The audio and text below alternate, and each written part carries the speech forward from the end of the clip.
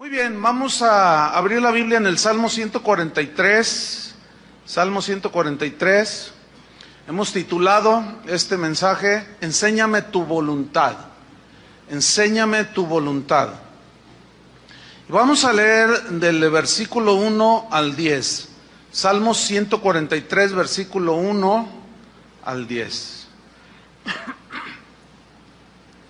Dice así: Oh Jehová, oye mi oración, escucha mis ruegos, respóndeme por tu verdad, por tu justicia, y no entres en juicio con tu siervo, porque no se justificará delante de ti ningún ser humano, porque ha perseguido el enemigo mi alma, ha postrado en tierra mi vida, me ha hecho habitar en tinieblas como los ya muertos, y mi espíritu se angustió dentro de mí.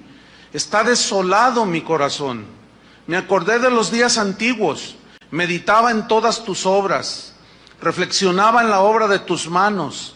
Extendí mis manos a ti, mi alma a ti como la tierra sedienta. Respóndeme pronto, oh Jehová, porque desmaya mi espíritu. No escondas de mí tu rostro, no venga yo a ser semejante a los que descienden a la sepultura. Hazme oír por la mañana tu misericordia, porque en ti he confiado. Hazme saber el camino por donde ande, porque a ti he elevado mi alma. Líbrame de mis enemigos, oh Jehová, en ti me refugio. Enséñame a hacer tu voluntad, porque tú eres mi Dios. Tu buen espíritu me guíe a tierra de rectitud. Este salmo, hermanos, es una oración muy poderosa. Una oración que nos va a enseñar a nosotros acerca del tiempo de la angustia, el tiempo de la prueba, tiempos en los cuales cuando estamos en esas situaciones de aflicción nos provocan desorientación, como que nuestra memoria, nuestra mente como que se nubla, y en medio de esas cosas, de esas situaciones muchas veces no sabemos qué hacer, cómo enfrentar las cosas que se van presentando en la vida. Y David aquí en el versículo 1 comienza como todos nosotros debemos de comenzar, orando. Dice en el versículo 1, oh Jehová, y dirige su oración al Señor. Jesús dijo, todo lo que pidiereis al Padre en mi nombre, yo lo haré. Oh Jehová, dice, oye mi oración, escucha mis ruegos. Miren, Dios es omnipresente y omnisciente. Al ser omnipresente, Él oye la oración de todos. Él escucha el clamor, los ruegos de todos. Pero nosotros tenemos que conocer a Dios en todo lo que tiene que ver con su carácter, cómo es Él. Porque Dios oye las oraciones, Él es omnipresente, pero también Él es soberano. Y Él responde las oraciones a veces inmediatamente, a veces tarda una semana, un mes, a veces tarda más. A veces te dice no a tu petición, a veces te dice sí. Tenemos que tener en cuenta que Dios es soberano. ¿Qué significa que Dios es soberano? En la oración, que Él responde nuestras oraciones, no como nosotros lo queremos, sino como Él considera en su soberanía y en su omnisciencia, como Él conoce el pasado, el presente, el futuro, y las oraciones que hacemos están sujetas a su soberanía y a su omnisciencia, porque como Él sabe el futuro, nosotros tenemos que confiar en eso. Tenemos que saber que Dios todo lo sabe. Y que si no me responde en ese momento es porque Él es soberano y sabe que lo mejor para nosotros tal vez es un poco más adelante. Pero aquí David sigue orando, dice, oh Jehová, oye mi oración, escucha mis ruegos, respóndeme por tu verdad, por tu justicia. Aquí verdad también en el hebreo se traduce por fidelidad. Respóndeme, Señor, yo sé que tú eres un Dios fiel. La Biblia dice que Jesús prometió estar con nosotros todos los días hasta el fin del mundo. Y Él es fiel, Él está con nosotros. Entonces cuando nosotros oramos podemos invocar la fidelidad de Dios, pero también su justicia. ¿Por qué David invoca su justicia? Porque Dios es un Dios justo que nunca tiene por inocente al culpable. Y aquí la aflicción de David tenía que ver con los enemigos que lo perseguían a él. Entonces David sabía que él era inocente, lo acusaban injustamente, lo asediaban injustamente, abusaban de su bondad como un hombre de Dios. Y él clama a la justicia de Dios porque David sabía que Dios le da el pago al que merece, que Dios no tiene por inocente al culpable.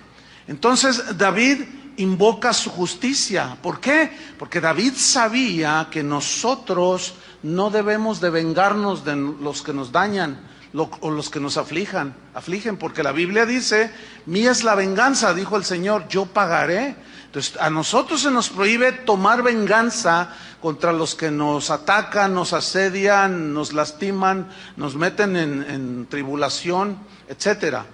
Y en el versículo 2 sigue orando David y dice, no entres en juicio con tu siervo, porque no se justificará delante de ti ningún ser humano. La primera frase del versículo significa que David reconoce que él es un hombre pecador que está clamando a Dios por perdón. Dice, no entres en juicio con tu siervo, porque no se justificará delante de ti nadie, absolutamente nadie. La fe de David, según Hebreos 11, no lo tienen que abrir, Hebreos 11 es una lista bastante amplia de gente que vivió en el Antiguo Testamento que dice, por la fe Moisés, por la fe Abraham, por la fe Enoc, por la fe Noé, gente que fue justificada por la fe delante de Dios, es decir, Dios habló, ellos creyeron, y David está entre los que fueron justificados por la fe.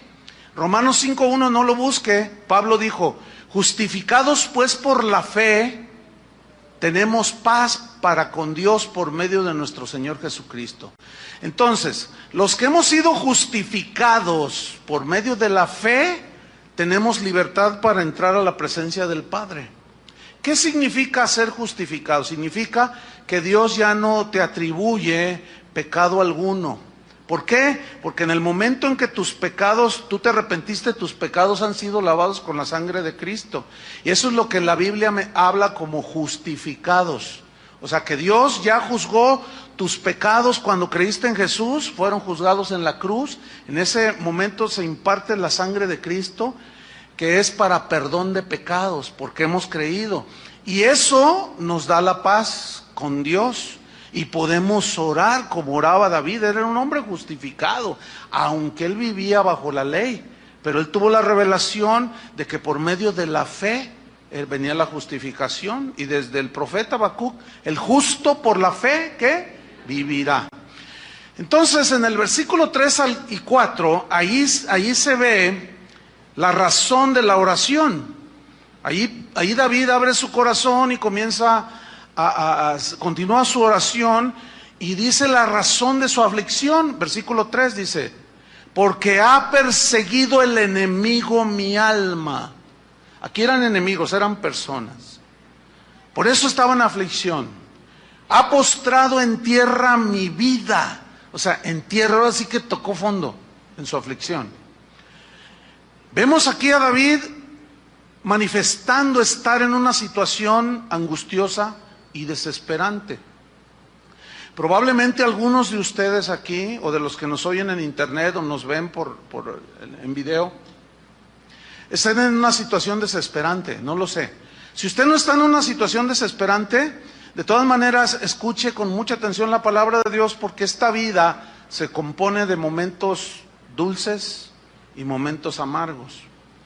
Entonces dice, me ha hecho habitar en tinieblas como los ya muertos. Estoy en el versículo 3, versículo 4.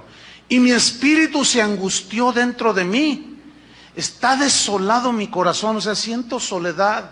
Como que ¿dónde están los amigos? Como que ¿dónde está el Señor? Como me siento solo, mi corazón siente una profunda soledad. Es una situación de aflicción. Sin duda aquí David está revelando su corazón delante de Dios. Pero David sabía algo, sabía acercarse a Dios, y lo hizo a través de lo que para nosotros en el Nuevo Testamento es una revelación. David tuvo revelaciones que en el Nuevo Testamento se nos confirman. Santiago 5:13. Miren la instrucción que dice la Biblia para cuando alguno de nosotros, hijos de Dios, estamos afligidos. ¿Qué es lo que debemos hacer? Santiago 5, versículo 13. Santiago 5, 13. Ese sí quiero que lo busque. Dice así: ¿está alguno entre vosotros afligidos? ¿Qué dice? Mire qué instrucción tan simple, tan sencilla. ¿Está alguno de vosotros afligido? Aquí afligido en el griego implica atribulado, angustiado, ¿sí? Como se sentía David. La instrucción es muy sencilla: haga oración. A veces las personas piden consejería o llaman por teléfono o escriben un correo y dicen: pastor, estoy pasando por una situación que a nadie le deseo. Fíjese que estoy así, así, así. Por favor, dígame, ¿qué hago? Estoy muy afligido. Haz oración. ¿Perdón? ¿Ora? No, bueno, ya sé que tengo que orar, pero nada más eso. Bueno, si quieres pararte de cabeza, o castigar tu espalda, o ayunar 3 meses, no sé. ¿Se dan cuenta cómo complicamos las cosas? ¿Se dan cuenta cómo hacemos lo sencillo tan difícil? No es tan difícil, hermanos. El problema es que nosotros, como queremos, estamos así, pues adecuados por nuestra naturaleza caída, a querer hacer algo más que lo sencillo que nos dice Dios que hagamos. ¿Está alguno afligido? ¿Qué tiene que hacer? Orar.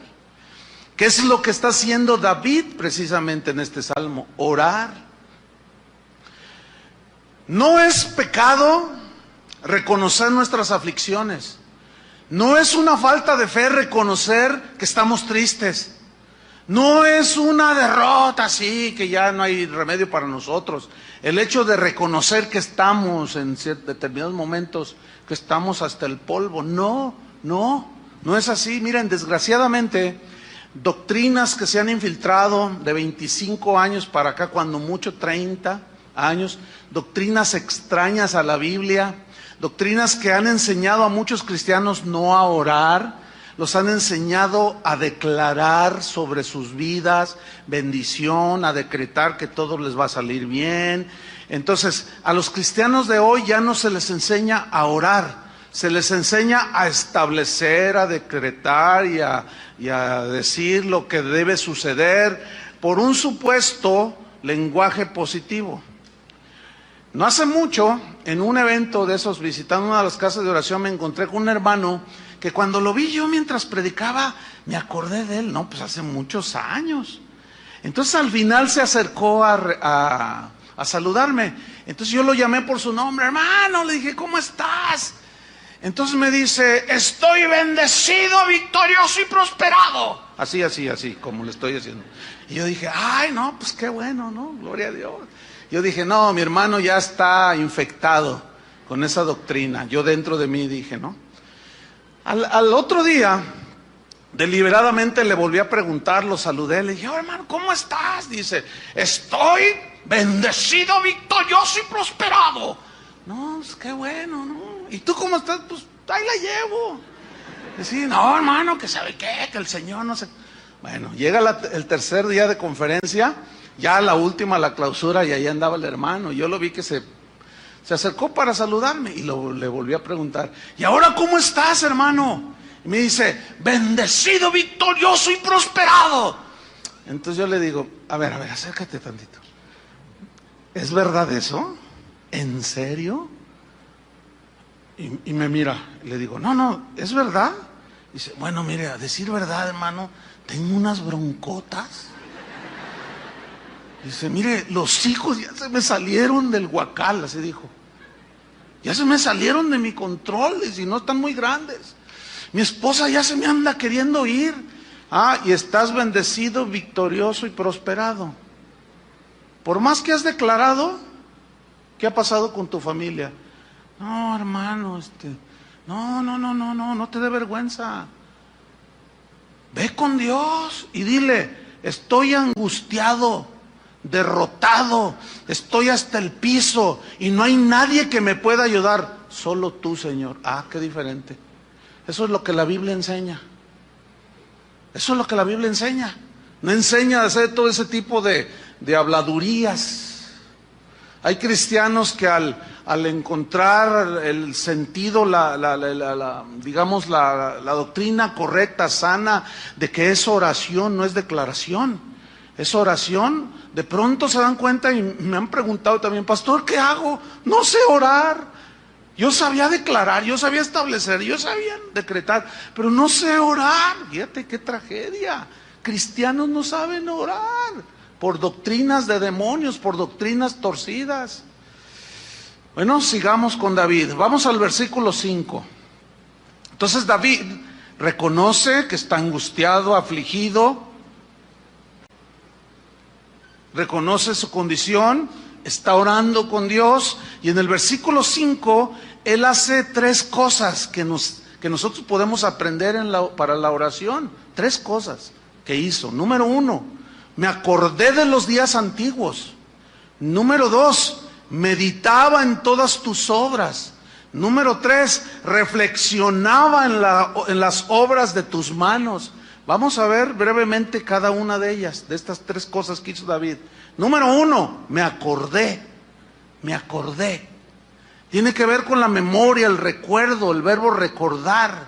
Yo me acordé, dice, de los días antiguos. ¿Qué significa? Mira, cuando en la Biblia, como aquí en este versículo, David dice, me acordé, en el hebreo, es una palabra que tiene que ver en relación con lo que Dios hace, o con quien Dios es. Es decir, que su acordarse tenía que ver con Dios, tenía que ver con las promesas del pacto que Dios le había dado a Israel. Y al acordarse, David comenzó a retroalimentarse en la fe, en la esperanza, en la confianza de que así como Dios en los días pasados había obrado a través de su bondad para con Israel, que cuando se desviaban, se arrepentían o estaban en aflicción como en Egipto, que clamaban Dios por su pacto, en honor a su pacto, su fidelidad y su verdad, Dios les contestaba. Entonces David empezó a acordarse de esos días antiguos, esperando que también con él el Señor le tendiera la mano. Qué bueno es el Señor, ¿no?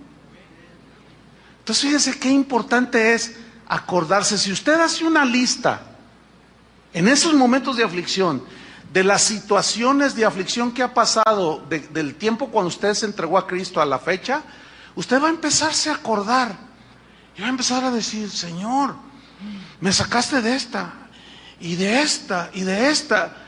Y de pronto usted se empieza a dar cuenta que sin duda Dios lo va a sacar y le va a tender la mano en la situación presente. Por eso es bueno acordarse de los días pasados, cuando el Señor obró a nuestro favor. Sin duda Dios no nos va a dejar. ¿Cuántos creen eso? Ahí está. Entonces David se acordó. ¿Sí? Por ejemplo, Dios le había dicho a Abraham que iba a bendecir a todas las naciones por medio de él. Y pasan los años y de pronto Lot está ya en Sodoma. ¿Sí? Y de pronto Dios decide exterminar Sodoma y Gomorra, pero antes de hacerlo envía unos ángeles para que sacaran a su sobrino Lot. ¿En base a qué? A la promesa del pacto que había hecho. Entonces nosotros nos recordamos lo que Dios ha hecho en base a la obra de Cristo, a todo lo que nos ha prometido. Entonces, estamos orando, estamos en aflicción y estamos acordándonos de los días antiguos, cuando Dios obró a nuestro favor y algo empieza a suceder dentro de nosotros. El Salmo 22 no tiene que buscarlo. Salmo 22, 3 al 5, que es un salmo de David, dice así: en ti esperaron, versículo 4, nuestros padres. Esperaron y tú los libraste, refiriéndose a los que estaban esclavos en Egipto. Clamaron a ti y fueron librados. Confiaron en ti y no fueron avergonzados. Ese clamor era en base a la promesa del pacto que Dios había hecho. Entonces, ¿qué debemos hacer nosotros? Según este Salmo 22 también, que va de la mano con el Salmo 143 que estamos estudiando.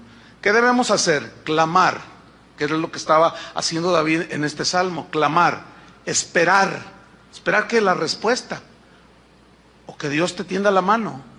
Y número 3, confiar en nuestro Señor. Esas 3 cosas, clamar, pones tu petición, esperas con paciencia la respuesta y confiar en que Dios va a responderte. Nada más que aquí en la respuesta, en su soberanía, como decía al principio, Dios te puede responder que no a tu petición. Bueno, eso ya es una respuesta. A veces decimos, ¿ya te respondió Dios? Y decimos, no, ya te dijo que no, ya te respondió. O puede ser que sí. Por eso, ¿y cómo saber todo esto, pastor? Alguien me preguntó. En tu relación con Dios. Cada cristiano debe tener una relación personal con Dios. Entonces, Jesús va a cumplir Él cumple su promesa de estar con nosotros. Y en base a esa promesa de su nuevo pacto sellada con su sangre, es que nosotros nos acordamos de todo lo que ha hecho y volverá a tendernos la mano. ¿Qué tenemos que hacer? Simplemente clamar, esperar y tener fe en Dios. Fe es poner tu confianza de manera total. Entonces, ¿cuál fue la número 1? La cosa número 1 que hizo David, acordarse. Estoy en el Salmo 143, versículo 5. ¿Cuál fue la número 1? Se acordó. Número 2, ¿qué hizo? Meditaba en todas sus obras. La palabra meditar aquí ya es un verbo un poco más profundo en esa oración y en ese derramar su corazón ante Dios que David estaba abriendo ese corazón delante de Dios. Es algo más profundo, porque meditar aquí en el hebreo también se traduce por suspirar, pero es un suspiro de estar meditando, de estar pensando, ya de una manera más profunda, de estarte acordando todo lo que hizo Dios con Israel y él, así como un suspiro, pero también se traduce por gemir. Hay un gemir que va mezclado también con lágrimas, porque la necesidad es bastante de soledad y aflicción, pero viene esa meditación en tus obras, ya en los hechos concretos del Señor, ¿sí? Recordando todo esto, meditando, suspirando y llorando por lo hecho por Dios en el pasado. Y el salmista aquí, cuando dice meditaba en todas tus obras, el salmista está diciendo, yo suspiraba, así como diciendo, Dios lo volverá a hacer conmigo. Y gemía y lloraba, esperando que Dios de nuevo tendiera la mano. Y la número 3, ¿cuál fue la número 1? Se acordó. La número 2, meditaba. La número 3, reflexionaba. Este verbo reflexionar es todavía más profundo que los 2 primeros. ¿Por qué? En el hebreo se traduce pensar profundo. Se traduce en una definición que resume lo que en el Nuevo Testamento ya es toda una revelación. Se traduce también, significa tener comunión. Comunión. Y allí habla de algo ya más sólido, más de cara a cara, ¿sí? Con el Señor. Entonces, esa reflexión es un pensar ya profundo. Es un tener comunión con Dios ya cara a cara. A medida que él se iba acordando, a medida que él iba meditando y teniendo comunión en esa reflexión de todas las cosas que Dios hacía y meditaba en su situación, Dios empezó a obrar en el corazón de David. Porque mire usted el versículo número 6, ahí vemos cómo ya empieza a haber una reacción, ¿sí? Dice en el versículo 6, extendí mis manos hacia ti. Mi alma, o sea, también la extendí, la levanté a ti como la tierra sedienta. Como ahorita que es tiempo de estiaje, aquí de sequía, usted sale así un poco a las afueras de la ciudad y la tierra está dura, está así como anhelando que llueva, ¿verdad? Y David está diciendo aquí, yo extendí mis manos. El extender las manos en la Biblia tiene un significado que nosotros los cristianos hoy no hemos captado tal vez en toda su dimensión, pero en el Antiguo Testamento, en la Biblia, extender las manos significa rendición total a Dios. ¿Qué significa? Rendición total. O sea, que tú te rindes total y completamente a Dios. Levantar las manos al Señor habla de una dependencia absoluta de Dios. Es decir,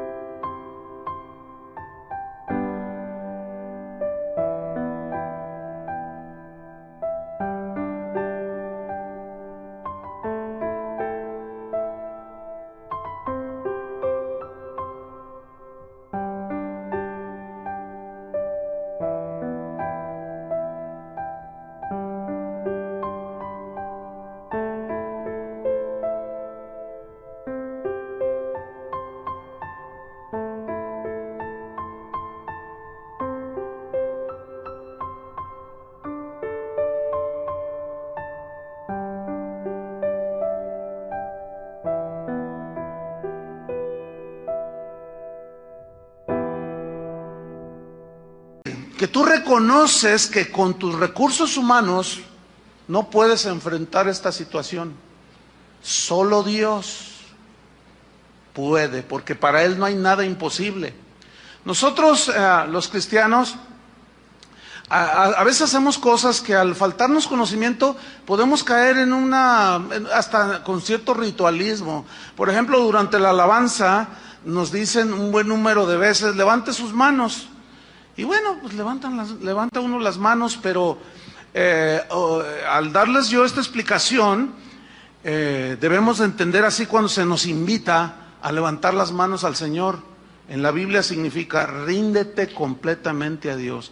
¿Ya te diste cuenta que con tu sabiduría no has podido? ¿Ya te diste cuenta que en tus fuerzas no has podido enfrentar ese problema? ¿Ya te diste cuenta cómo te arrastró tu naturaleza humana? Y por más que quisiste frenarla, te arrastró. ¿Te das cuenta que no puedes ni contigo mismo? Bueno, ríndete a Dios. Eso fue lo que le dijo el Señor a Pablo: bástate mi gracia, porque mi poder se perfecciona cuando tú ya no confías en ti mismo. Cuando te sientes débil, que ya no puedes, es cuando entonces yo soy fuerte en ti. Y ahí es donde el Señor nos quiere llevar, a tener una dependencia total, y David está llegando a ese punto, ¿sí? Pero escuchen bien, el acordarse, el reflexionar, el meditar, nos ayuda. ¿Por qué? Porque se empieza a elevar nuestra alma, Y comenzamos a reaccionar y empezamos a levantarla. Sí, Señor, es que yo no puedo. Ayúdame, que seas tú, Señor. En el versículo 7, David está diciendo algo que es bueno mencionar. Dice, respóndeme pronto, oh Jehová. Se nota desesperación, ¿sí? Se nota que él estaba realmente en una situación apremiante. Dice, porque desmaya mi espíritu. Dice, no escondas de mí tu rostro. Mire, la verdad es que Dios siempre nos mira, porque Él está en todas partes, ¿sí? Y David dice, Señor, como diciendo, ¿dónde estás? Ahí estaba Dios. En la situación más difícil de tu vida, ahí ha estado Dios. Pero ¿por qué Dios a veces permite situaciones así? Porque Él sabrá su plan. Él sabrá el propósito que tiene para ti. A nosotros nos queda depender totalmente de Él y confiar en que Él nos va a tender la mano, tarde o temprano. Pero David sigue hablando su situación. Dice, no venga yo a ser semejante a los que descienden a la sepultura. Vemos que la desesperación parece que abrazó a este rey David, que era conforme al corazón de Dios. Sus enemigos andaban sobre de él. Estaba la situación muy difícil. Pero déjenme decirles algo, hermanos. Dios no llega tarde. Dios no llega tarde. Puede tardarse una semana, un mes o 25 años, como tardó en responderle a Abraham que Dios le iba a dar un hijo. Pero en Hebreos dice que no nos hagamos perezosos, sino diligentes, como aquellos que por medio de la fe y la paciencia heredaron, ¿qué? Las promesas. La fe y la paciencia. Entonces tú clamas a Dios en la situación, clamas y esperas. Esperas con paciencia a que Dios obre. Y cuando ya sientes que ya, Señor, me voy al hoyo, bueno, Dios en su soberanía nunca llega tarde, pero sí en ocasiones Él permite que toquemos fondo. Él permite situaciones en las que parece como que Él ya nos abandonó. Pero ¿saben por qué Dios las permite? Porque Él mejor que nadie sabe cuando no dependemos totalmente de Él. Y confiamos en nuestra sabiduría, en nuestra propia prudencia, confiamos en los recursos económicos que podamos tener, confiamos en el trabajo que tenemos. Dice, este trabajo nadie me lo quita. ¿Se acuerdan lo que le preguntaron a los constructores del Titanic el día que lo botaron al mar en su primer viaje? Oigan, ¿y qué tan fuerte es? ¿Se podrá hundir algún día este barco? Y contestan, este barco hundirse, ni Dios lo hunde. Lo hundió un hielito, un cubito de hielo en el vaso del Señor. Nada más el Señor se tomó el agua y echó un cubito de hielo, y ese hundió el barcote ese. La soberbia, Dios la rechaza. Y Él quiere llevarnos al punto de que en verdad dependamos totalmente de Él. Y cuando no, bueno, Él se encarga. Puede usar a los enemigos, puede usar a la vecina, puede usar al policía, puede usar que pierda la América, puede usar que... ¿Por qué ven a Carlos? ¿A poco le ven cara de águila? Dios tiene una multiforma de tratar con nosotros, ¿sí? Para que aprendamos. Miren, hermanos, la jactancia, la soberbia, el orgullo no es conveniente para un cristiano. ¿Por qué? Porque eso hace que dependamos de nosotros, que pongamos nuestra confianza en nosotros mismos, por favor, hermanos.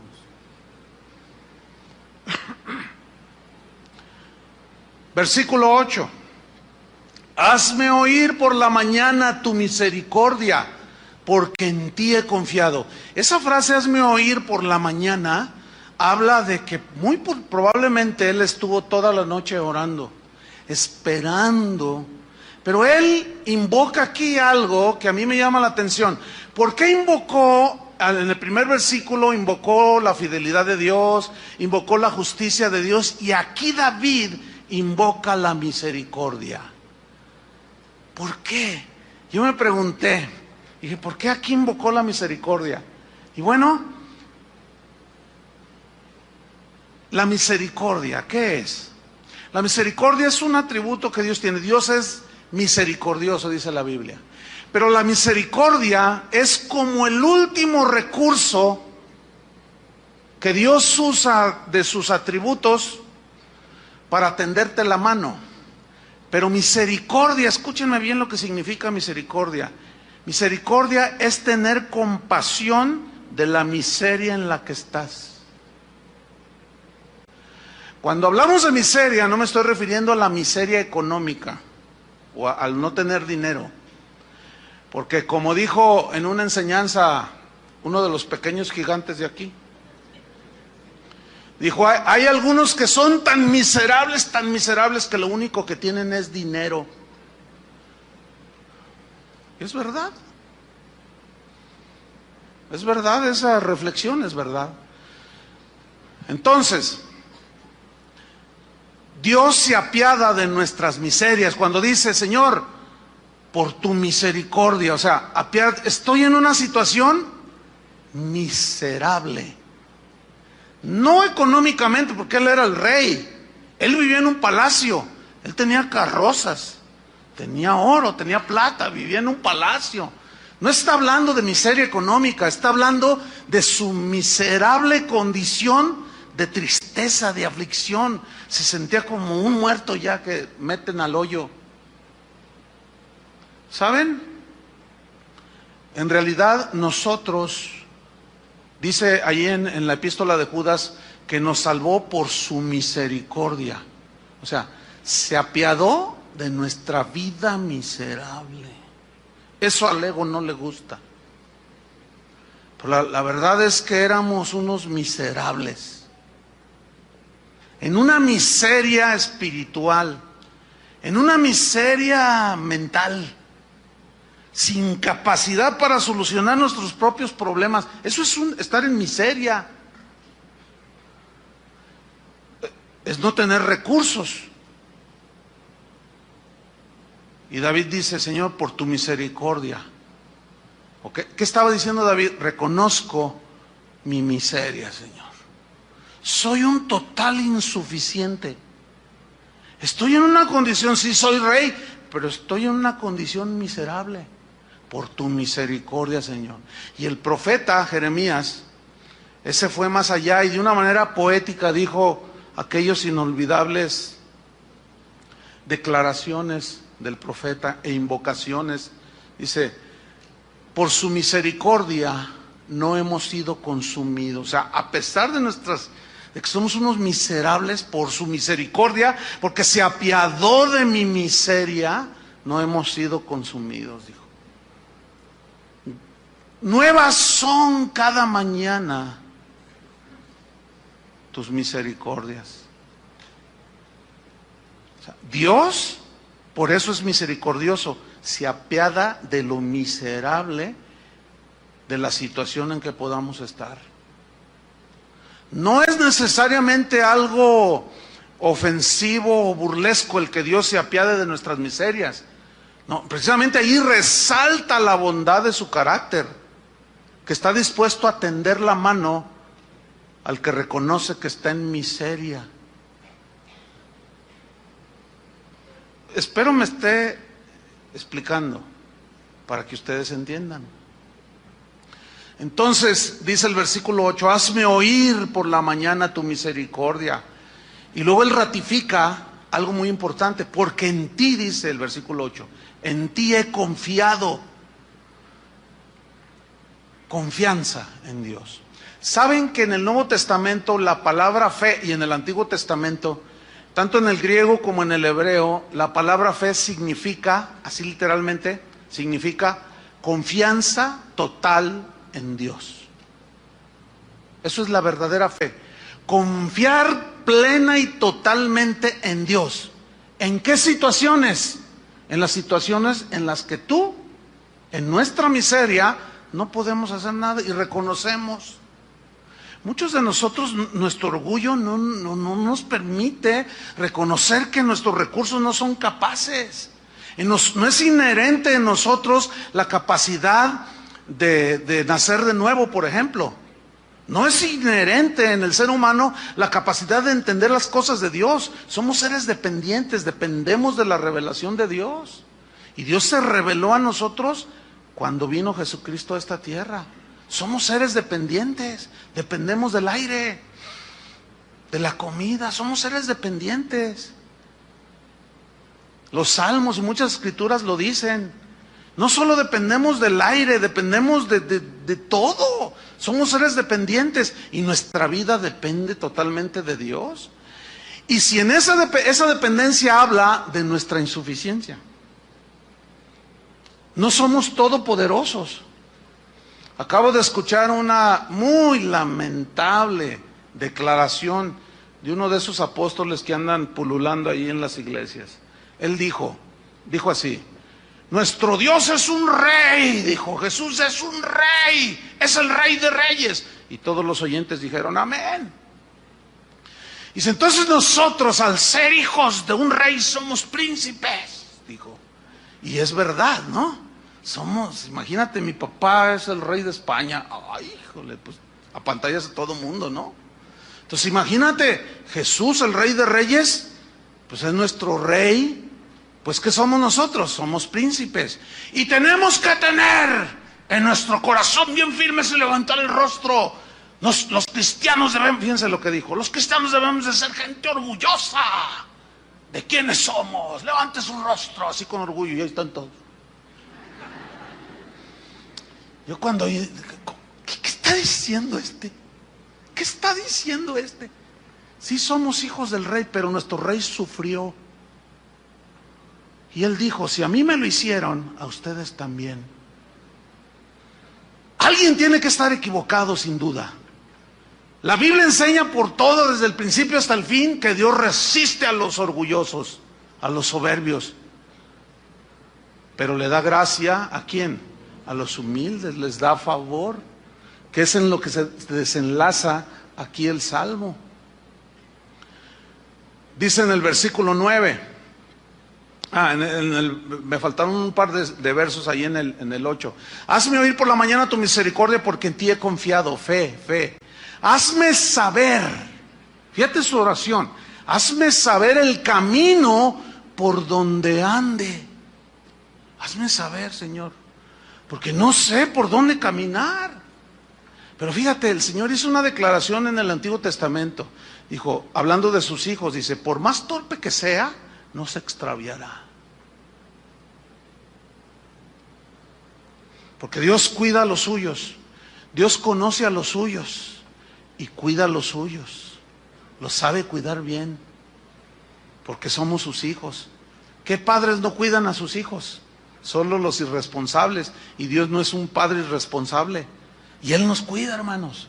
Nos protege. Deberíamos estar muy alentados con estas verdades de Dios. Por eso él ora y pide, hazme saber el camino por donde ande. No quiero andar por camino errado. Ya he probado caminos que me han parecido derechos, pero su fin ha sido muerte. No quiero andar en oscuridad, dice ahí al final del versículo 8, porque a ti he elevado mi alma. O sea, él se elevaba. Esto es algo muy importante. El Señor dice, porque mis pensamientos no son los tuyos, mis caminos no son como los tuyos.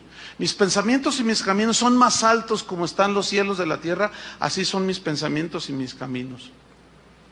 Y mis pensamientos acerca de vosotros son de bien y no de mal.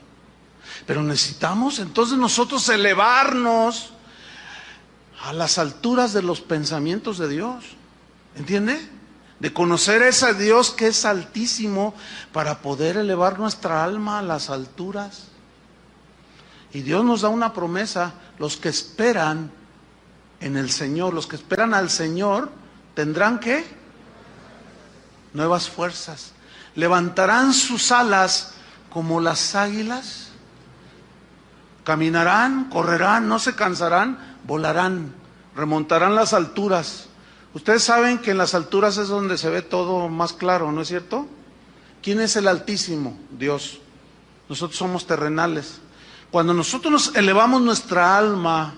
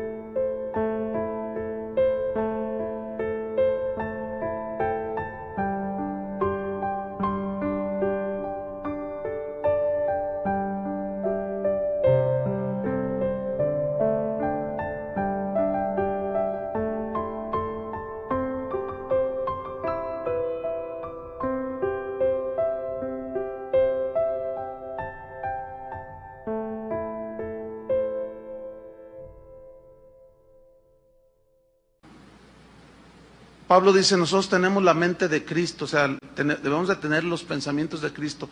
Estamos elevándonos y está resaltando, si ustedes son observadores, pongan atención lo que voy a decir. Hasta este versículo que acabamos de leer, si han observado, lo que resalta aquí no son las necesidades de David, lo que resalta es la grandeza de Dios. ¿Lo alcanzan a ver?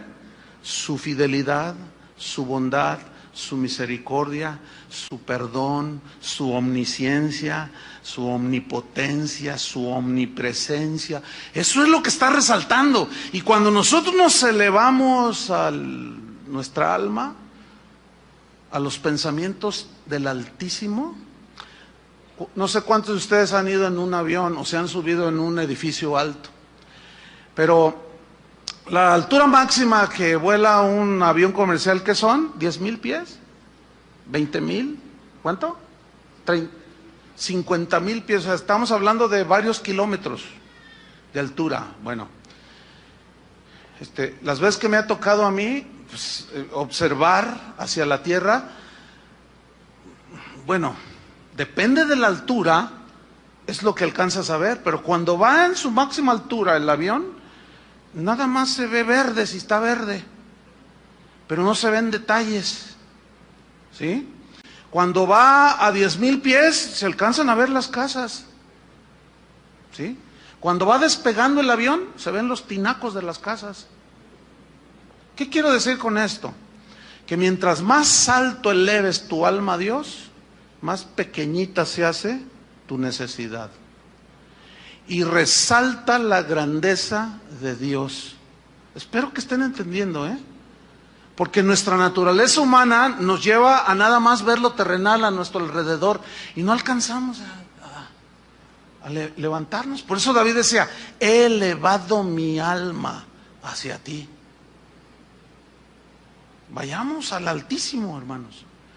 Y una vez que estamos ahí en las alturas con Dios, meditando, reflexionando, acordándonos, mira hacia abajo, hacia tu situación, hacia tu problema, y vas a decir, ni se ve ante la inmensidad la grandeza de Dios. Entonces, si comparamos eso con la grandeza de Dios, ¿tú crees que Dios no pueda con nuestra insignificante situación?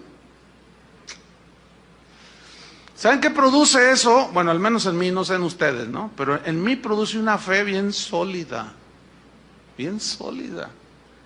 que me lleva a una conclusión.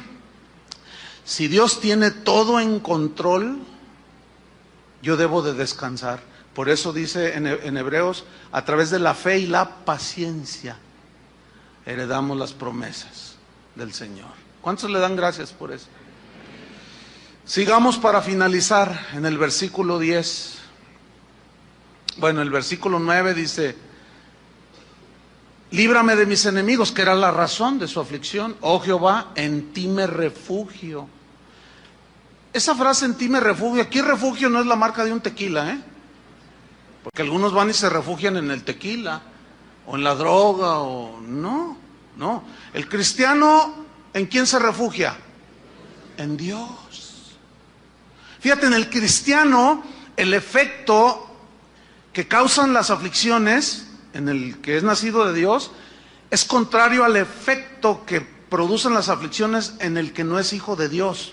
El efecto que causa en el cristiano es más afianzarte de Dios, más ir a refugiarte en el refugio que es nuestro Señor Jesucristo. Y lo que causa en el no cristiano es lo contrario, van y se refugian en donde menos deben de hacerlo. Algunos toman una pistola y se dan un tiro pensando que muriendo se les acaban sus problemas. No, en realidad empiezan, porque es la condenación eterna. ¿Ves las miserias a las que nosotros nos podemos caer si nos alejamos de Dios? Si estando en el Señor, el orgullo a veces no nos deja. Pero vámonos sobre el final, porque en el versículo 10, este versículo realmente está, que fue donde tomé pues el título del mensaje. Dice el versículo 10, enséñame a hacer tu voluntad, porque tú eres mi Dios. Tu espíritu, buen espíritu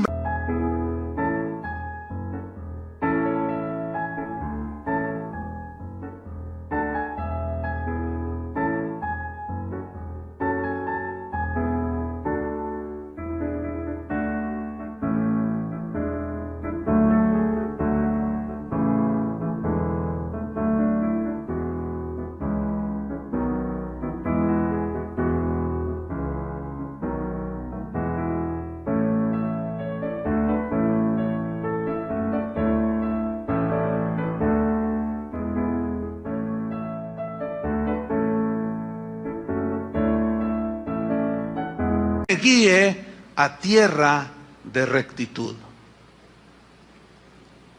Ok, si somos observadores y somos responsables y ponemos atención cuando leemos la Biblia, yo no creo en eso de que lea la Biblia en un año. ¿Saben por qué? Porque lees tus 15, 20 capítulos diarios, pero me faltó leer. A ver, enséñame a orar porque es tu voluntad, porque tú eres mi Dios. Enséñame, Señor, tus caminos, porque ya cumplí. Ya me siento re bien. Hermanos, yo he leído la Biblia 30 veces en mi vida. Oye, y a ver, y explícame, ¿qué significa esto? Bueno, mira, la realidad no la entiendo mucho, pero es re bonito. Ah, no. ¿Qué quiere decir aquí? Bueno, la verdad, mira, mira, con que la leas basta. No, mis queridos hermanos. Una cosa es leer y otra cosa es escudriñar. Y si ustedes son observadores, nada más en este versículo, yo al quedarme allí encontré 6 principios. En ese versículo, 6. Se los voy a decir cuáles. Vamos a ver brevemente cada uno. Número 1, enséñame. Número 2, a hacer. Número 3, la voluntad de Dios, tu voluntad. Número 4, la razón, porque tú eres mi Dios. Número 5, tu buen espíritu me guíe. Y número 6, ¿a dónde? A tierra de rectitud. 6 cosas. Número 1, enséñame. Digan todos, enséñame. Enséñame, ok. Cuando David dice aquí, enséñame, el requisito para que Dios nos enseñe sus secretos, nos revele el por qué a veces Él hace las cosas como las hace. Hay un requisito que Dios pida para Él podernos enseñar, y es humildad delante de Él y sumisión. Cuando David está diciendo, Señor, enséñame, Él está teniendo en su corazón una actitud de humildad y de sumisión. Dios no puede enseñar al autosuficiente. Dios no puede enseñar al que no reconoce que necesita ser enseñado por Dios. Dios no te va a enseñar sus secretos. Dios no te va a enseñar su voluntad si hay soberbia en tu vida. Algunos se les pueden estar yendo los hijos. El matrimonio puede estar hecho un desastre y ni aún así se doblan para decir, Señor, enséñame. Dame sabiduría para saber cómo voy a enfrentar esta situación tan difícil en la que me metí. Y se quedan donde están. Porque el requisito que Dios pide para que Él nos enseñe es la humildad. Entonces, la humildad es una actitud del corazón que reconoce que Él sí sabe todas las cosas, que Él sabe todo, conoce todo, y que como es el Todopoderoso y el Omnisciente y el que llena todo el universo, entonces Él es el que sabe. Job una vez le dijo, Señor, ¿por qué esto? Y se puso medio a contender con Dios, y Dios le dijo, ok, a ver, siéntate allí, Job, te voy a hacer yo a ti unas preguntas. Si me las contestas, entonces ya podemos dialogar al nivel que tú quieres dialogar conmigo. Parafraseando, ¿no? Dice, a ver, si crees que sabes mucho, ¿dónde estabas tú cuando yo fundaba la tierra, Job? Y luego Job se agarró la corbata y le hizo, ejem. Bueno, es que en realidad, ¿cómo? Sí, ¿dónde estabas tú cuando yo fundaba la tierra? ¿Dónde estabas? Todavía ni existía el Job. Dice, a ver, dime, ¿dónde estabas tú cuando yo puse en el universo las estrellas? Y les puse nombre, ¿dónde estabas tú? Dime, si eres muy inteligente, respóndeme. No, bueno, Señor, es que pues no es para tanto, Señor. Y se quebró el Job. La actitud, escúchenme bien, la actitud con la que tú y yo nos acerquemos a Dios para que Él nos revele y nos enseñe es muy importante para Dios. Y como les dije al principio, desgraciadamente a muchos cristianos no los han enseñado a orar. Los han enseñado a tener una actitud soberbia delante de Dios. Dios no enseña a ese tipo de gente. Y todavía les enseñan y les dicen, haz una lista y preséntala delante de Dios y dile, aquí está lo que yo te pido, Señor, y te pido, te doy 3 meses, dicen unos. Otros más osados, más bendecidos, prosperados, y lo que me dijo aquel hermano, se atreven a decirle al Señor, te doy 3 días para que me contestes. Imagínate nomás. ¿Qué es eso? ¿Sabes qué hace Dios? Se te queda viendo así. Porque Dios resiste a los soberbios. pero le da gracia a los humildes. Gracia es el favor. Entonces la actitud con la que nosotros le preguntamos a Dios es muy importante, hermanos. David dijo, enséñame. ¿De veras quieres ser enseñado por Dios? Actitud enseñable. Mira, en una ocasión los fariseos se acercaron con Jesús y le dijeron, los fariseos eran bien orgullosos y llegaron ahí muy soberbios, prepotentes. A ver, queremos que nos respondas una cosa. Y Jesús los mira, a ver, digan, ¿con qué autoridad haces estas cosas que tú haces? Y Jesús les responde, yo también les voy a hacer una pregunta a ustedes. O sea, ellos les están preguntando algo al Señor. Querían una respuesta, pero noten la actitud. ¿Con qué autoridad haces estas cosas? Yo también les voy a hacer una pregunta. ¿El bautismo de Juan era de Dios o era de los hombres? Y empezaron a cavilar entre ellos y decían, si decimos que era de Dios, nos va a contestar, ¿por qué no le creísteis? Y si decimos, es de los hombres, no, el pueblo nos va a apedrear. ¿Por qué? Porque tienen a Juan por profeta. Y Jesús, ¿y bien? Dice, no sabemos. Y Jesús dice, pues yo tampoco. ¿Qué significa eso, hermanos? No les contestó. ¿Por qué? Porque ellos no llegaron delante de Jesús con la actitud correcta. Hay gente que me manda correos y el lenguaje escrito también es gráfico.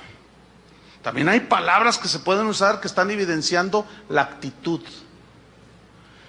Y yo percibo cuando la gente que quiere contender no quiere aprender. Lo percibo, ¿por qué? Porque somos espirituales. Y puedo percibir cuando alguien hace una pregunta, pero que verdaderamente tiene una actitud de que quiere aprender. Y a los que yo discierno y capto que me preguntan, pero para contender, no les contesto. ¿Saben por qué? Porque ellos no quieren aprender. Ellos quieren contender y se quedan igual. Lo mismo hace Dios. Y ahí hay un principio. Cuando yo estoy en el salón de clase o cuando estoy aquí, como ahorita, enseñando la palabra de Dios, ¿saben que también se ve la actitud? ¿A poco creían que no? Se ve la actitud. Si tú realmente tienes hambre y deseos de aprender o tienes esa actitud, bueno, de eso no hay ahorita. Pero se ve.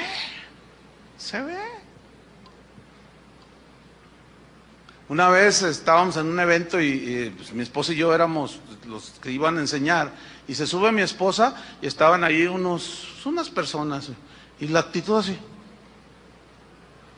¿y esta qué nos enseña? Uy, no, imagínate. ¿Tú crees que así se va a aprender? Acabamos de estar en un evento en la Ciudad de México.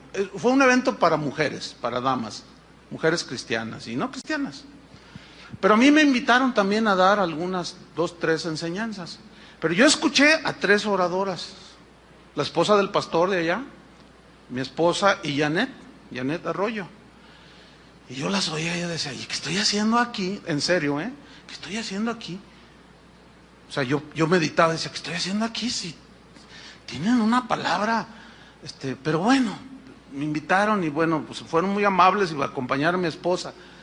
Pero cuando subí, yo les dije, fíjense hermanos, hay gente que cuestiona y un par de versículos nada más donde dice, la mujer calla en la congregación porque no le es permitido a la mujer enseñar. No tengo tiempo para explicar los versículos en su contexto histórico, etcétera, etcétera. No tengo tiempo. Pero yo les dije, fíjense, ¿qué les parecieron las 3 mujeres que acaban de hablar? Si esos que cuestionan que la mujer hable, hablaran como estas 3 señoras mujeres pues que acaban de hablar, otra cosa sería, pero su actitud farisea, ¿entienden? No los deja crecer. ¿Por qué? Porque no son enseñables. El enseñable calla y escucha y medita. ¿Sí? Si es correcta la enseñanza, si es justo lo que se te está diciendo, si es correcto, si es limpio, si es para tu bien, entonces debes de tener un corazón enseñable. Pero los que todo lo cuestionan hasta el color de la pared. ¿Y por qué amarillo? El amarillo, hasta hay un dicho que dice: el que de amarillo se viste, esa hermosura se tiene y de sinvergüenza se pasa. ¿Por qué? No, esos fariseos huelen a fariseo del tiempo de Jesús. Esos nunca aprenden. Los que cuestionan todo, nunca los enseña el Señor y se quedan ahí. Miseria. Pero te tengo buena noticia. En esa miseria en la que puedes estar, si finalmente elevas tus ojos al Altísimo, Dios te tiende la mano y te puede enseñar. ¿Cuántos quieren que Dios los enseñe? Por eso David dijo: enséñame, enséñame. Ahora, aquí a mí me surgió una pregunta: ¿enséñame a qué? ¿A qué me enseñas? Fíjate, el mismo versículo nos da la respuesta. Enséñame ¿a qué? A hacer. A hacer. Esto me puso a pensar así, a meditar. A ver, enséñame a hacer. ¿Y esto es a qué? Miren, en conclusión. No basta oír solamente. Como ustedes ahorita ya escucharon algunas cosas que Dios nos está enseñando a través de su palabra. Ok. No basta con oír. Ahora, si yo les pregunto a ustedes, ¿entendieron lo que les he explicado? No basta tampoco. No basta. O sea, ya oyeron, entendieron. Pero no basta con oír y entender. No basta con decir: ay, no, sí, es cierto. Pero si tú no llegas al terreno de los hechos, ¿sí? Alguien dijo por allí que el camino al infierno está tapizado de buenas intenciones. O sea, de gente que oyó, entendió, pero a la hora de la hora nunca hizo nada. La Biblia dice: pero sed hacedores de la palabra y no solamente oidores. Ahora, para hacerla tienes que entenderla. Entonces, fíjate, no basta con oír, no basta con entender, hay que hacer. Y como dijo aquella ancianita en una iglesia, que el pastor dijo: bueno, están despedidos, el sermón ha terminado. Entonces la viejita dijo: pastor, ¿puedo decir algo? ¿Cómo no? Hermana Panchita, venga y dígales a los hermanos. Dice: no, hermanos, el sermón no ha terminado, apenas es la primera parte, la segunda parte es allá afuera, dijo. Hay mucha gente que viene: pastor, ayúdeme, a ver, ¿qué te pasa? Es que estoy así. Y tú, oye, tú se ve que tienes una amargura bien gruesa contra tu papá, tu esposa, tu hijo, qué sé yo. ¿Qué onda con eso? Bueno, mire, la verdad, yo ya sé lo que tengo que hacer. Ellos mismos se responden, fíjate, para empezar. Ya sé lo que tengo que hacer. Como algunos a veces me escriben: oiga, pastor, ¿por qué esto? Yo pienso que esto y esto y esto, y me escriben toda una epístola. Y ellos mismos se responden. Y a veces les contesto, les digo: no, pues ya te respondiste tú solo. Entonces me dicen: no, yo ya sé lo que tengo que hacer. Tengo que perdonar a mi papá, que le dijo a mi mamá que me abortara cuando yo era un niño. ¿Y ya lo hiciste? Bueno, es que la verdad, no lo has hecho. Entonces, ¿de qué te sirve? Fíjate, todos estos años has vivido oyendo y sabiendo. Y David dice: enséñame. ¿Enséñame a qué? A hacer. A hacer. Ahorita ustedes ya oyeron, entendieron. ¿Qué falta? Hacer. Santiago, en el contexto de las tribulaciones, en el capítulo 1 dice: hermanos, gozaos cuando os halléis en diversas pruebas, sabiendo que la tribulación produce paciencia, y tenga la paciencia su obra perfecta, para que seas maduros y cabales. Y luego dice: y si alguno tiene falta de sabiduría, pídasela a Dios. Si somos observadores, eso es en Santiago capítulo 1, versículo 2 al 5. Si somos observadores, ese pedir sabiduría es para saber cómo enfrentar las situaciones en medio de las pruebas. Porque necesitamos esa sabiduría de Dios. Algunos en la soberbia no nos dejamos enseñar por Dios en cuestiones, por ejemplo, matrimoniales. Yo estaba escuchando a Toño cuando estaba dando las enseñanzas, los mensajes, los anuncios. Hermanos, hay unas clases para los matrimonios. Y él dijo así, él dijo, yo me doy cuenta que tienen problemas. Los invitamos, hay palabra, hay instrucción. Dios quiere decirte cómo vas a resolver tus problemas y no vienes. Algunos pueden tener alguna justificación entendible, otros de plano no les interesa, no son enseñables, ¿sí? Pero en medio de esa situación necesitamos la sabiduría de Dios para saber cómo enfrentar las situaciones de la vida. Ya mis hijos se me descarriaron, la esposa ya tiene las maletas ahí en la puerta. ¿Qué tengo que hacer? Pues habla con ella. ¿Cómo? Pues busca un tiempo, pídele a Dios sabiduría. Entonces llega y ve con las maletas ahí. ¿Tú qué? ¿Qué? No, pues ¿qué de qué? Y se te pone el brinco. Entonces, ¿qué? ¿Ya te quieres ir? Pues no me queda otra, tú de plano. Pues lárgate. No, qué sabio. ¿Eso es sabio? ¿Cómo que lárgate? En lugar de, no, mira, ¿sabes una cosa? Dame 5 minutos. Siéntate allí, vamos a hablar. Y luego la otra también bien orgullosa, ¿me estás corriendo? Tómalo como quieras. Entonces se larga. Y luego ahí viene él llorando, pastor, ayúdeme. Pastor, oye, pero ¿qué hiciste? Pues es que ya estaba ahí con las maletas y me dio coraje. ¿Y qué le dijiste? Lárgate. Pues te obedeció, ¿ya ves que sí está sometida?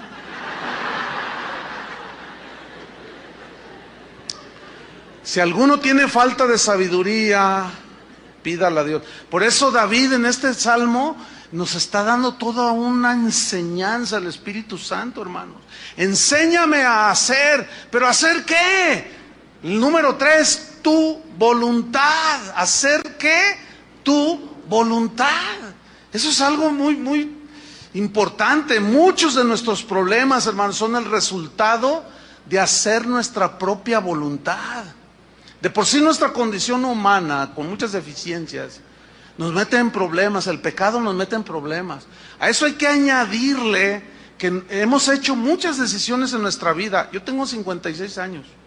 Lo que hoy estoy viviendo aquí en el presente, mi presente, como cristiano, como pastor, como esposo, como padre, como pastor, es producto de las decisiones que yo tomé en el pasado. Tú estás viviendo tus circunstancias producto de las decisiones que tú tomaste en el pasado.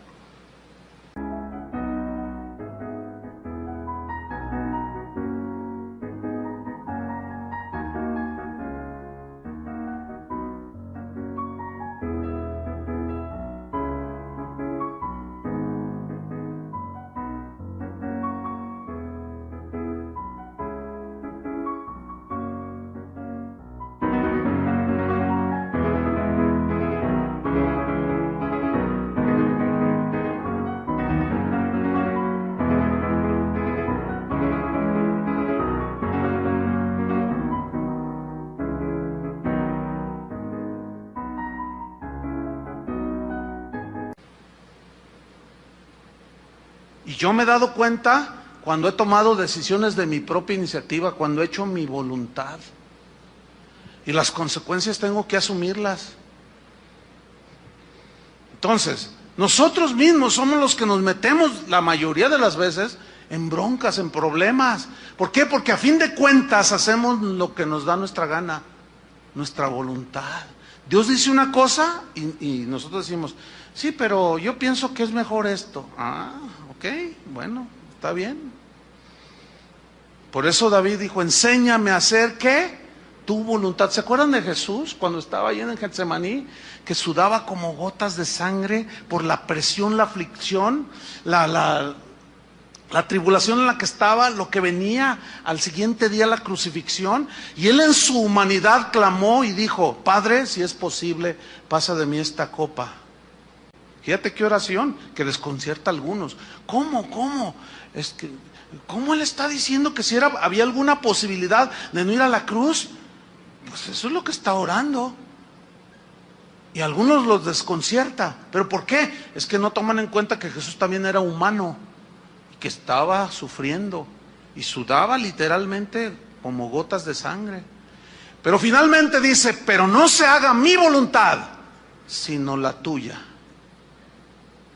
Cuando los discípulos se le acercaron a Jesús, Señor, enséñanos a orar como Juan el Bautista enseña a sus discípulos. Oh, vengan, siéntense.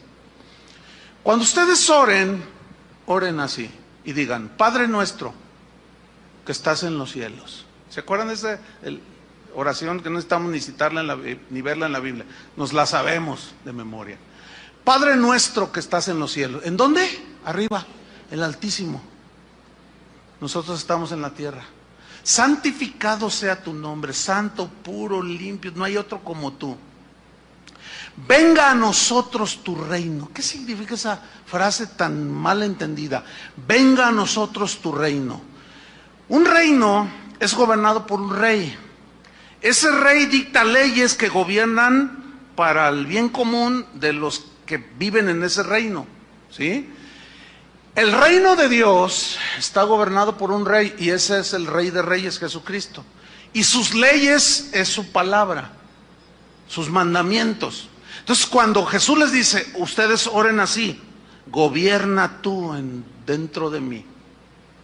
Gobierna en mi vida, o sea, tu voluntad, dice, venga a nosotros tu reino, hágase tu voluntad como se hace en los cielos, hágase en la tierra. ¿Quién va a hacer la voluntad de Dios en la tierra?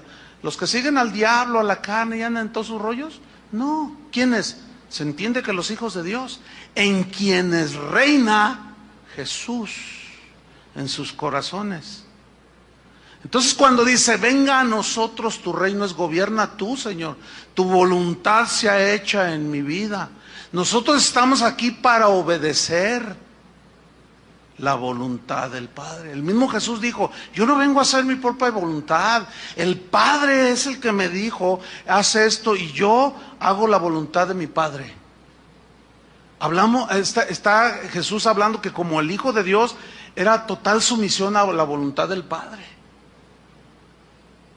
Entonces cuando dice, enséñame a hacer tu voluntad, está diciendo, Señor, gobierna verdaderamente en mí. Ya no mi voluntad, sino la tuya. ¿Se dan cuenta qué oración? Profunda, sin duda. Y luego la cuarta, en el versículo, sigo en el Salmo 143, versículo 10. ¿Cuál fue la primera? Enséñame. ¿Cuál fue la segunda? A hacer. ¿Cuál fue la tercera? Tu voluntad. Y la razón es esta. Porque tú eres mi Dios, esa es la cuarta. Porque tú eres mi Dios. Solo de Dios debemos de recibir instrucciones para nuestros asuntos de manera individual. Tú eres mi Dios. Tenemos que tener una relación personal con Dios. Y eso de que tú eres mi Dios va ligado con la número 5, que es tu buen espíritu me guíe. Miren. En el Antiguo Testamento solo los reyes, los profetas y los sacerdotes tenían el Espíritu de Dios que los guiaba. En el Nuevo Testamento dice la Biblia que todos los que hemos sido lavados con la sangre de Cristo hemos sido sellados con el Espíritu Santo. Es decir, todos tenemos el Espíritu de Dios, los que hemos nacido de nuevo. Al tener el Espíritu de Dios ya se nos dio la capacidad de poder ser guiados de una manera individual por Dios. La Biblia es un manual de la voluntad expresa de Dios de manera general, pero hay cosas que son bien específicas. Por ejemplo, Él dijo, vayan por todo el mundo y prediquen el Evangelio. Por todo el mundo, sí, pero tiene que haber un lugar específico donde Dios quiera que yo vaya. ¿Me estoy explicando? Sí, vayan, pero ¿a dónde? Bueno, a Carolina del Norte. Sí, Chuy. Pues hay 20 millones de lugares donde pudieran haber ido, igual el doctor Barbosa y su familia. Ahora, la voluntad específica para Chuy y el doctor Barbosa, el hermano, no está en la Biblia. No dice, Chuy Mariscal, vete en el año 2012 a Carolina del Norte. ¿Verdad que no dice? ¿cómo saber entonces? ¿Cómo saber lo específico? Ahí ya yo no puedo enseñarles. Ahí ya. Entonces, tenemos una limitación. ¿Quién es entonces el que les va a enseñar de manera personal lo particular? El Espíritu Santo, hermanos. Denle gracias a Dios. Tener el Espíritu Santo es una de las bendiciones y de las riquezas más grandes que un cristiano puede poseer. ¿Te imaginas? Los que no entienden esto dicen, ay, sí, Dios le habla. Porque decimos nosotros, Dios me habló, ¿verdad? ¿Cuántos saben que Dios nos habla? Esto no lo pueden, miren lo que dijo Jesús, así rápido. No tienen que buscarlo. Voy a leer Juan 14:15, dice, si me amáis, guardad mis mandamientos. Y yo rogaré al Padre y os dará otro consolador, para que esté con vosotros para siempre, el Espíritu de verdad. ¿Por qué dice el Espíritu de verdad? Porque siempre nos va a guiar, ¿a dónde? A la verdad. Gracias a Dios por su Espíritu Santo, hermanos. Siempre nos va a guiar a la verdad. Dice, el cual el mundo no puede recibir, porque no le ve ni le conoce. Pero vosotros le conocéis porque mora con vosotros y estará en vosotros. No los voy a dejar huérfanos, vendré a vosotros, o sea, en el Espíritu Santo. Y luego dice el versículo 25, os he escrito estas cosas estando con vosotros, os he dicho estas cosas estando con vosotros, mas el Consolador, el Espíritu Santo, a quien el Padre enviará en mi nombre, Él, el Espíritu Santo, os enseñará todas las cosas específicas que cada quien necesita saber. Y las cosas también generales. Él os enseñará todas las cosas y os recordará todo lo que yo os he dicho. La paz os dejo, mi paz os doy. Todo esto produce la paz también. Mi paz os dejo, mi paz os doy. Yo no os la doy como el mundo la da. No se turbe vuestro corazón, ni tenga miedo. No están huérfanos. No pueden decir, no tengo quien me guíe. No tengo nada. No, tenemos el Espíritu Santo. Y ahí en ese terreno yo ya no puedo. Yo eso lo entiendo perfectamente. Yo no quiero ponerme en el lugar como erróneamente algunos pastores dicen, ¿sabes qué? Le dicen a un joven, termina con esa muchacha, no es la que Dios tiene para ti. A mí Dios me mostró que es aquella que está allá. Y este va y le hace caso.